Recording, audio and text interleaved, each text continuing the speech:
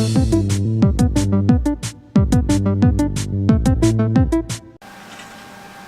Oblivion Crisis by Praxis Skyrim, Imperial Historian. At the turning of the Fourth Age in the year 3E 433, the Emperor Ariel Septim VII was assassinated and the Amulet of Kings was destroyed. This set in motion a chain of events that would bring down an empire and change forever the relationship between man and the gods. The assassins first attacked the Emperor in the White Gold Tower, while the blades held him back. The Emperor made his way down to the dungeons to a secret escape route built into one of the prison cells. For reasons known only to himself, the Emperor pardoned the fortunate prisoner in that cell. Some say the prisoner reminded him of a childhood friend. Others say it was a moment of prophecy. Whatever the case, the prisoner came to play a fateful role in the history of the Empire and Tamriel, surely a sign that the gods themselves were at work. The pursuing assassins killed the Blade's bodyguards in a relentless series of sneak attacks. Eventually, they struck down the Emperor himself. Before he fell, Uriel Septim VII gave the Amulet of Kings to the prisoner, who somehow made it out of the Imperial sewers and into the light of day. The assassination is now known to have been the work of a group of Dragonreach cultists known as the Mythic Dawn. Those who still suspect the Dark Brotherhood should consider two facts. First, they would have only needed a single assassin, and not a small army of them. Second, the Dark Brotherhood would never be so foolish as to effectively declare war on the Empire and thus ensure their complete destruction. Witness the eventual fate of the Mythic Dawn. The Amulet of Kings next surfaced at Wyan Priory near Chorrol. Jolfar, secret Grandmaster of the Blades and head of the Priory, took possession of the amulet. The messenger was sent off to Kavach to find a lowly priest named Martin. Unbeknownst even to himself, Martin was the bastard son of Uriel Septim VII, and the last heir to the Ruby Throne. He alone could use the Amulet of Kings to light the dragon fires that wards the barrier between Tamriel and Oblivion, and save the world from the Mythic Dawn plot. The prisoner arrived at Kavach to find it overrun by Daedra that had poured in from the newly opened Oblivion Gate, the start of the Empire-spawning devastation of the Oblivion Crisis. How the prisoner closed the gate is not recorded. Once closed, Martin and the surviving Kavach guardsmen drove back the Daedra. Now known as the Hero of Kavach, the prisoner and Martin returned to Waynon Priory, only to find the Priory sacked and the amulet taken. Jolfar survived the attack, however, and the three of them made their way to the Cloud Ruler Temple, Bastion of the Blades.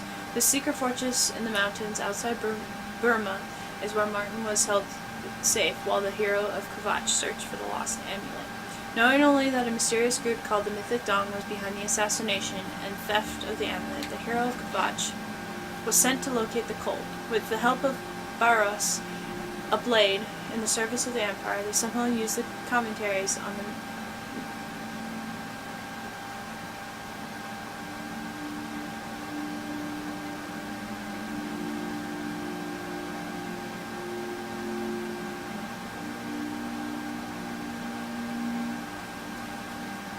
Mysterium Exaris.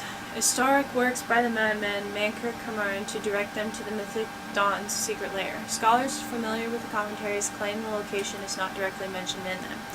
How they did this remains a mystery. No official records exist of how the Hero of Kavach penetrated the Mythic Dawn's lair near Lake Eris. There is a bardic tale that claims the hero used trickery in disguise, but that is just speculation. What was discovered there is what Mankar Kamaran was behind the Mythic Dawn, and that the group worshipped the Daedric prince Nabrun's Dagon. Mankar Kamaran believed himself to be a direct descendant of the Kamaran usurper, the infamous pretender to the throne of Valenwood. Somehow the hero escaped with the Mysterium Exaris itself, the holy book of the Mythic Dawn cult. Mankar Kamaran fled to Oblivion with the Amulet of Kings. With some offering great risk to his sanity, Martin deciphered the Mysterium Exaris and intended to use it to open a gateway to Mankar Kamaran in order to recover the Amulet of Kings. Before Martin could perform the ritual to open the gateway, Macurnish Dagon opened an Oblivion gate outside Bruma. The Hero of Kavach saved the city, and Martin by entering the gate and closing it before a Dragonreach siege engine could destroy Burma and Cloud Ruler Temple. Many songs and stories have been told of this battle, and I will not retell them here. The hero of Kavach was now also known as the savior of Burma. With the city and Cloud Ruler Temple safe, Martin opened the portal to Menkar Kamran's paradise. The details of what transpired in this place have not been recorded.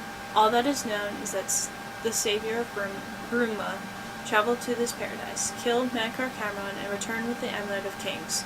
With the amulet in hand, Martin Septim presented himself to the Elder Council to be crowned Emperor of all Tamriel. Once crowned, he planned to relight the dragon fires and seal Tamriel from oblivion. In a last-ditch attempt to stop him, Macrunus Dagon launched an assault on the Imperial City, opening several oblivion gates within the capital itself. Uncrowned, Martin joined the battle in the city streets. Macrunus Dagon himself left Oblivion and entered Tamriel, breaking the covenant. Only the unlit dragonfires allowed this to be possible. Now that the barrier was ripped asunder, it was too late to relight the fires. Martin Septim chose to make the ultimate sacrifice. He shattered the Amulet of Kings to become the avatar of the god Akatosh and do battle with Mabrun's Dagon. Records of this battle vary wildly. What we do know is that Macrunus Dagon was defeated and sent back to Oblivion. The avatar of Akatosh was turned to stone and can be seen to this day in the Temple of the One in the Imperial City. The amulet gone, the dragon fire quenched, and the last dragon blood emperor dead. The barrier to Oblivion is sealed forever. Okay, you know what, guys? I'm not going to read all these out aloud. I'm never going to have a voice if I read them all out loud. So, if you want to read them, just pause the video if you take too long. I'm going to read them myself. I'm just going to read them. So, my webcam's going to go away, and it'll be just each page. So you can pause the video if you want.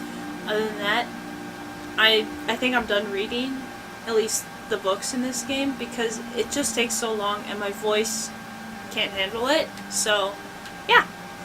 Anyways, let's keep reading together.